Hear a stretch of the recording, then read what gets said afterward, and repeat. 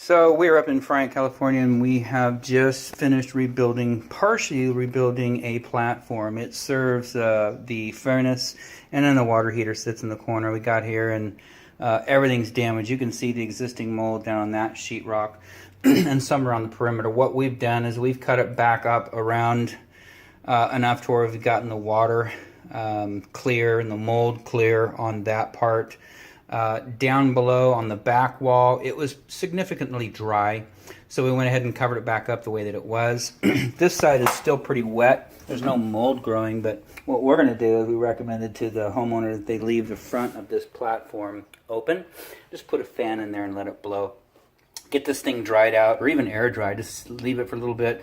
Make sure you don't let any rodents in here. Of course, they like to get up in the attic and crawl around and chew on things, so kind of keep this contained, if you will. But anyway, so this is our framing. We did take some green plate, brand new green plate, and put it on the bottom right here, as well as green plate at the back. You can see it's supporting the back corner of the platform. That's the ledger. And then also another one right here supporting the ledger, and a second one that's supporting this cross member. It's got some pretty substantial lag screws in there, but this is where all the water heater weight is sitting. This is a pony wall. It's a full pony wall, so you can see here that it's been built. It duplicates what's already in there, but this is a wall with a little rim joist on it, and then studs, little cripple studs underneath to support right where the framing is. Cripple stud and then framing. This one is screwed in, but it's supporting absolutely nothing. I mean, unless you're standing on it. And the weight's going to be carried, of course, from front to back with the 2 sheets of plywood that we're putting from here to the wall, and it'll get nailed off. These are 16 on center. There was only one framing member in here before, so now there's 2. There's one here that is significantly or pretty close to center. Center water heater is going to sit about right here, but this is going to take the full weight, the sidewall in here, full weight of water heater. So one side sitting on there, and then of course the other one's being supported in the back there. So anyways, we're going to go ahead and get some plywood on here, get some sheetrock on here, and then we'll get the water heater installed, take another video.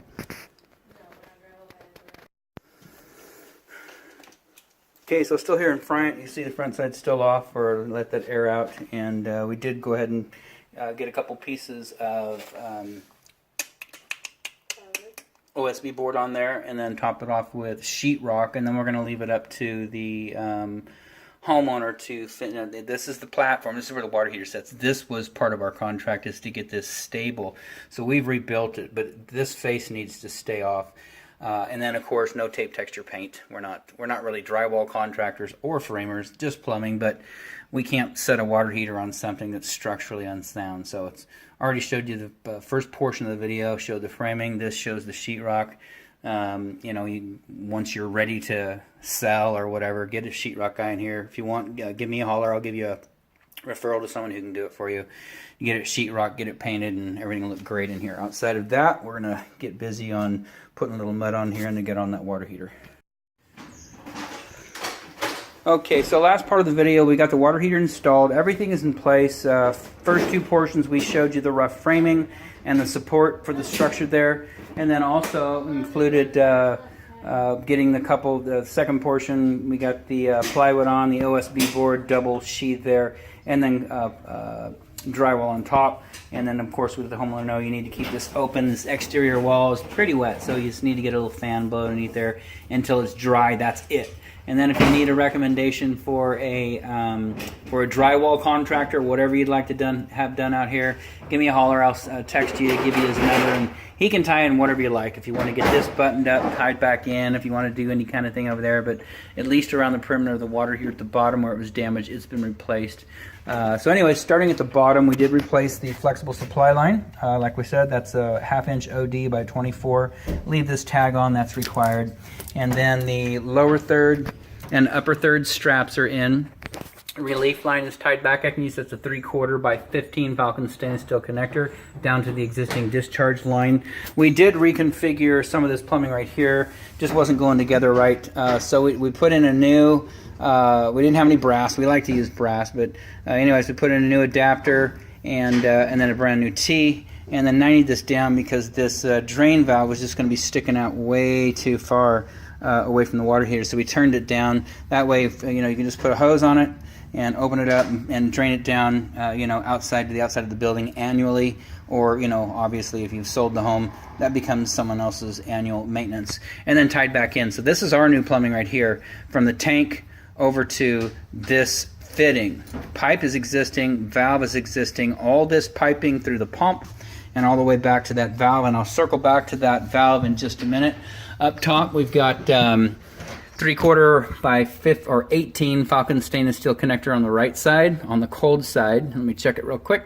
And it is dry, so that's good. And then a 3/4 by 15 Falcon stainless steel connector on the hot side.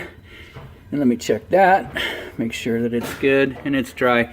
Then of course, relief valve came with the water heater. There's never any water in here whatsoever, except for when you operate this manually. Or if you build up too much temperature and or pressure, this will pop off and relieve it out this discharge line. Brand new vent piping, wasn't part of the contract, but we like to see new stuff in here. So anyways, adjustable 90 piece of pipe, another adjustable 90 up top, up to the ceiling bucket, so that's all good. Existing valves, that was in part of the contract. We did tighten down the packing nut just to make sure it didn't start leaking, so that's existing. All these valves are existing, and as we got ready to leave, we noticed that back here, you have some weeping on this line. And you can see on my finger right now, that glistening, that's water.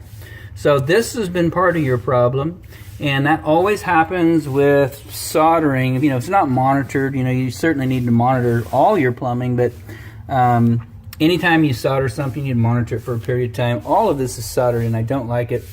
We like to use brass here coming out, and then brass over here coming out.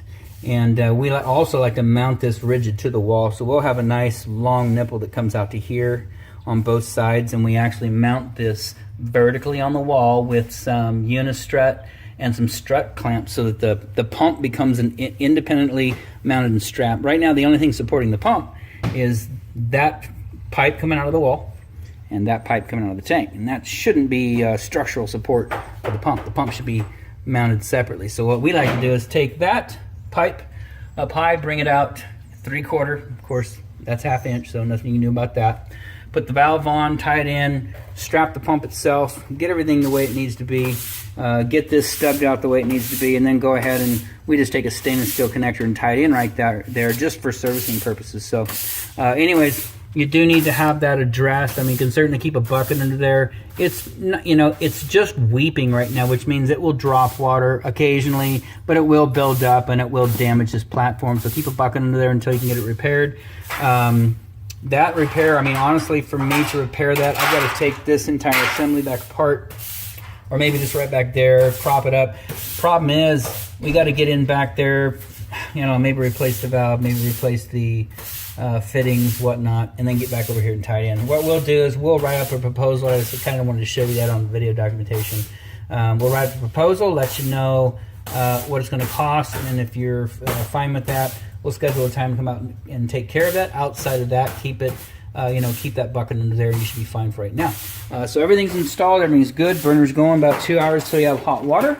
And outside of that, one more thing, right there. There's your model number, serial number. You can register that with Bradford White if you would like. They have a little document you can mail into them, or you can go to bradfordwhite.com, fill out the information. You can see it's the 50-gallon, and then model, serial number. They ask for your name, address, all that.